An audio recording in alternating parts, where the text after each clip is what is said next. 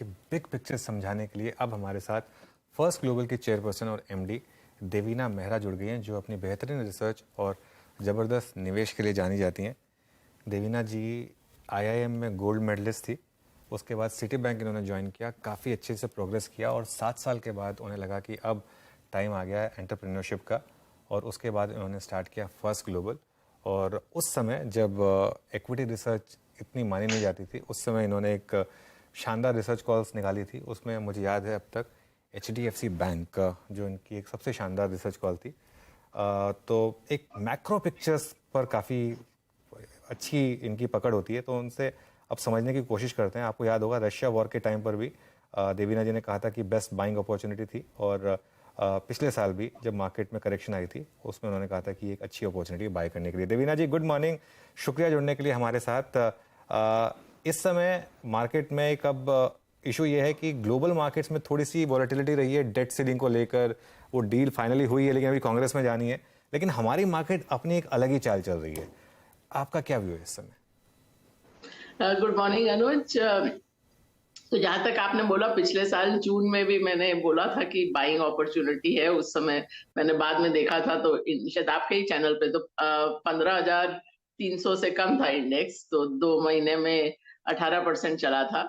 और अभी भी मार्च में मैंने अपने ट्विटर पे बोला था कि ये बिना कुछ अगर मगर किंतु परंतु के बिना कि अभी आपको खरीदना चाहिए कि नहीं, और मैंने बहुत ही स्पष्ट शब्दों में कहा था कि खरीदना चाहिए क्योंकि अभी क्रैश का रिस्क बहुत कम है और अप मूव मिस करने का, बाजार के तेजी मिस करने का की आशंका ज्यादा है। तो इस समय आप मार्केट में जाइए, और उस समय तो इंडेक्स 17,000 भी नहीं था, तो वहां से एक बार फिर वो 10% के लगभग तो ऑलरेडी चल चुका है। पर अभी भी मेरा व्यू बरकरार है कि जैसा कि शायद मैंने पहले भी कभी समझाया हो कि ये चीज तो सभी निवेशक समझते हैं कि बाजार में निवेश करने में खतरा या रिस्क है, लेकिन एक जो रिस्क होता है वो बाजार में निवेश ना करने का भी होता है। और वो क्या होता है कि आप मूव मिस कर सकते हैं।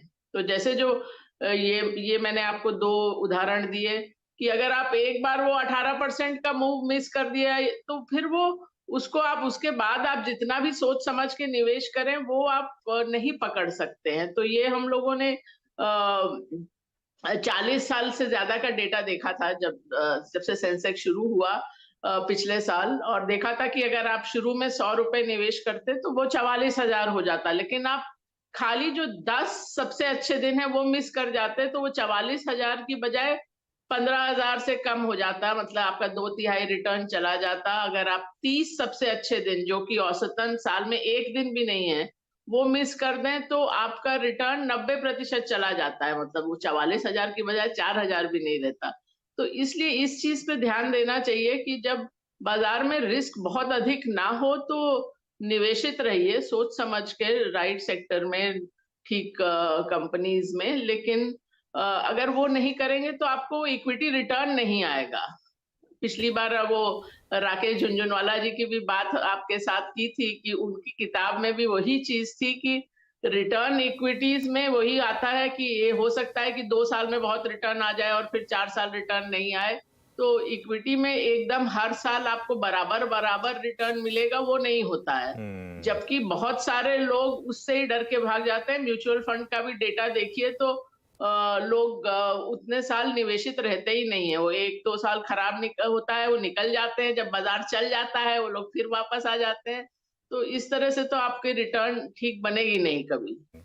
बिल्कुल, राकेश जी ने मुझे कहा था कि अनुज तुम अपनी लाइफ में निफ्टी 1.5 लाख पे देखोगे, मैं तो नहीं देख पाऊंगा क्योंकि मेरे पास शायद इतना समय होगा नहीं। लेकिन उन्होंने ये बात कही थी क्योंकि वो इंडिया पर बहुत बुलिश थे और हमेशा बुलिश रहे थे। तो देवीना मैम, अब इस समय थीम्स क्या हैं? आप कहाँ पर इन्वेस्ट कर रही हैं इस समय फर्स्ट ग्लोबल के पीएमएस में, या क्लाइंट्स को कहाँ पर आप इन्वेस्ट करने की एडवाइस दे रही हैं इस समय? हाँ, तो हमारा जो पीएमएस है और एक स्मॉल केस भी है जिसमें वो उसी तरह से हम लोग इन्वेस्ट करते हैं जैसा पीएमएस में करते हैं, एफजी हम करके, ह्यूमन प्लस मशीन। तो एक थीम तो खैर बहुत समय से चल रही है। वो अक्टूबर 2021 में हम लोगों ने वो कॉल लिया था कि इंडस्ट्रियल और कैपिटल गुड्स का जो बहुत लंबे समय का 2009 से लेके 2021 तक का समय बहुत ही खराब गुजरा, उसके बाद वो टर्न अराउंड हो रहा है और वो सेक्टर हमारे लिए सबसे ओवरवेट सेक्टर रहा है, अब तो 1.5 साल से ज्यादा हो गया।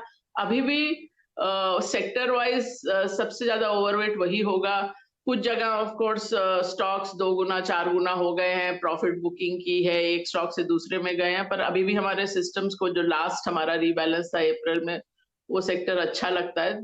और मैंने पहले भी शायद बात की हो बैंकिंग की, कि बैंकिंग मुझे बैंकर शायद रही हूँ, इस कारण से मुझे उसमें हमेशा रिस्क ज्यादा नजर आते हैं, तो मैं डर डर के निवेश करती हूँ बैंकिंग में। तो पहले पीएमएस के मतलब 2020-21 में तो हम लोगों ने बहुत ही कम बैंक में निवेश किया, जबकि ये सबसे हाई वेटेज वाला सेक्टर है इंडेक्स में। और पिछले साल के मध्य से हम लोग मार्केट वेट में गए बैंकिंग में, और प्राइस एक्शन के कारण अभी वो थोड़ा ओवरवेट होगा, तो बैंकिंग भी ठीक लगता है। नॉन बैंकिंग फाइनेंशियल अब में खास हमारा निवेश नहीं है। उसके अलावा जो पिछले जो जनवरी और अप्रैल के रीबैलेंस में जहां हम लोगों ने कुछ वेटेज बढ़ाया है, वो कुछ हद तक ऑटो और ऑटो कंपोनेंट्स हैं, और थोड़े फार्मा और कंस्ट्रक्शन स्टॉक्स भी ऐड किए, बट हर कुछ सेक्टर बेट भी नहीं होता है। जैसे पिछले साल आप देखिए तो हमारे टॉप 5 परफॉर्मर्स में रेमंड और आईटीसी थे, जो सेक्टर कॉल नहीं थे, वो स्टॉक कॉल्स थे, तो वो अलग बात है। पर मैं आपको अगर सेक्टर के हिसाब से देखूं तो ये कुछ सेक्टर्स हैं जहां हमारा वेटेज बढ़ा है।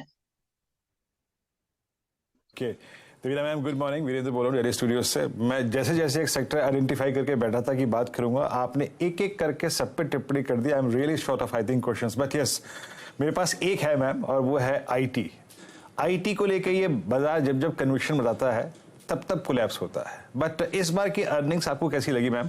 और हमारे यहाँ इस बार जब अर्निंग्स को हम रीड कर रहे थे तो एक धारणा बन गई, एक परसेप्शन ये बन गया कि मिड कैप आईटी फिर भी अच्छा कर रही है। आपका व्यू और आपका कन्विक्शन आईटी पे क्या है मैम इस वक्त? हाँ विजेंद्र, इसमें अभी दोनों साइड बहुत एक्सट्रीम व्यू मेरा नहीं है। अभी हम लोग अगर हमारा पीएमएस देखें तो थोड़ा सा ओवरवेट होगा आईटी में, और शायद हमारे सिस्टम्स को भी मिड कैप आईटी थोड़ा बेहतर लगता है, लेकिन ये सेक्टर मुझे मतलब बुरा नहीं लगता है। और आप हम लोग जो बाजार में हो रहा होता है उसके अनुसार धारणा बना लेते हैं। जैसे अगर आप पिछले साल देखें तो पिछले साल के भी जो पहला हाफ था उसमें आईटी ने बहुत अच्छा नहीं किया, काफी खराबी किया, लेकिन उस समय जो कारण बताए जा रहे थे वो आज के कारणों से बिल्कुल उलट हैं। उस समय ये था कि इतनी ज्यादा डिमांड है आईटी की कि आपको लोग ही नहीं मिलेंगे, सारे लोग कोई और लेके जा रहा है, इसलिए सैलरी बढ़ जाएगी, मार्जिन कम हो जाएंगे। अब आपने उल्टी धारणा बनाई हुई है कि अब डिमांड ही नहीं रहेगा आईटी का। तो वो दोनों ही एक्सट्रीम व्यूज हैं, क्योंकि ये तो तय है कि दुनिया ज्यादा टेक्नोलॉजी की तरफ जाएगी, ज्यादा डिजिटाइज होगी। आज की दौर में आप टेक्नोलॉजी कंपनीज को तो छोड़ दीजिए, बहुत सारी ऐसी कंपनीज हैं जैसे डोमिनोज है ग्लोबली, वो पिज्जा कंपनी होते हुए भी एक्चुअली में टेक्नोलॉजी कंपनी है। तो वो डिमांड उस चीज की रहेगी। और प्लस ये डॉलर हेज भी है, जहां अगर आप भारत की बात करें, और इतनी मतलब लोग बोलते हैं कि बहुत ज्यादा ग्रोथ आएगी या नहीं, मतलब जितनी बार प्रेडिक्टेबिलिटी आईटी में फिर भी ग्रोथ की है वो कम ही सेक्टर्स में है। तो आज की डेट में मैं बोलूंगी कि बुरा नहीं लगता है अभी ये आज के लेवल से, और मिड कैप थोड़ा ज्यादा बेहतर लगता है। ओके अच्छा मैम, इस मंच पे जितने भी अगर आप देखिए बहुत अच्छे जाने माने लोग आए हैं, उन्होंने सबने एक एक करके कुछ ना कुछ लग्जरी बाय की थी। I mean during the Covid, I think immediately after Covid, और उसका एक बहुत अच्छा एग्जांपल था इंडियन होटल्स। आप इंडिगो अब जब हमसे बात कर रही हैं तो ऑल टाइम हाई पे ट्रेड कर रहा है। मैम आपने किसी होटल स्टॉक पे दाव खेला था क्या? और लग्जरी पे I think spending post Covid काफी अच्छी बढ़ी है। आपका व्यू इस स्पेस पे क्या पैसा बनाएगा? आई मीन ऑफिशियली कल मैम सबकी तनख्वाहें आ जाएंगी और आपका जो हॉलीडे सीजन है वो 1 जून से स्टार्ट हो जाएगा। क्या अप्रोच है आपका इस स्पेस पे? नहीं, होटल्स पे हम लोगों ने खास कुछ ऐसा दाव नहीं खेला जैसा आप बोल रहे हैं। शायद इसलिए भी कि हम लोग का जो बेसिक आउटलुक और थिंकिंग है वो थोड़ा रिस्क एवर्स रहता है। तो रादर देन कि बिल्कुल रिटर्न को मैक्सिमाइज़ करें, हम रिस्क को भी मैनेज करके चलते हैं और वो अच्छा सर्व किया जब से हमने शुरू किया है।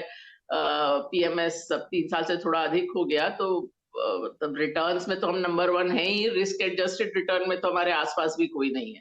तो पर होटल्स पे या एयरलाइंस पे तो कभी बड़ा कॉल लिया नहीं, मतलब कभी हो सकता है थोड़ा बहुत स्टेक लिया हो। और लग्जरी तो खैर दुनिया भर में थीम रहा है। दुनिया भर में भी आप एलवीएमएच और इस तरह की लग्जरी कंपनीज ने बहुत अच्छा किया। भारत में भी आप ठीक बोल रहे हैं, लग्जरी ने अच्छा किया, पर अब आप ये सोचिए, दूसरी तरह से सोचिए तो नॉन लग्जरी इंडिया में अभी काफ़ी खराब किया। आप बस अगर आम आदमी को देखें, आम औरत को देखें तो आज 80 करोड़ लोगों को फ्री राशन चाहिए। तो इसी से आपको पता लगता है कि देश में अभी भी जो बहुत बड़ा तबका है उनके पास अभी शायद हवाई चप्पल और अंडरवियर खरीदने का भी पैसा नहीं है। चलिए, एक लास्ट सवाल मेरी तरफ से फिर देवीना मैम। तो इस समय क्योंकि आपने रिस्क की बात की, इस समय मार्केट में सबसे बड़ा रिस्क क्या है? क्योंकि मुझे याद है एक बार बात हुई थी कि मार्केट में ना इन्वेस्ट करना शायद सबसे बड़ा रिस्क था, लेकिन वो तब की बात थी। अब इस समय मार्केट जिस लेवल पर है, क्या एक्सीडेंट का रिस्क है? कोई रिस्क फैक्टर जो आपको दिखाई दे रहा है? ऑब्वियसली जो बड़े रिस्क फैक्टर हैं वो बताकर नहीं आते, लेकिन फिर भी अगर आपको यहाँ से अगर कोई वेंटेज पॉइंट पर कोई रिस्क दिख रहा हो तो?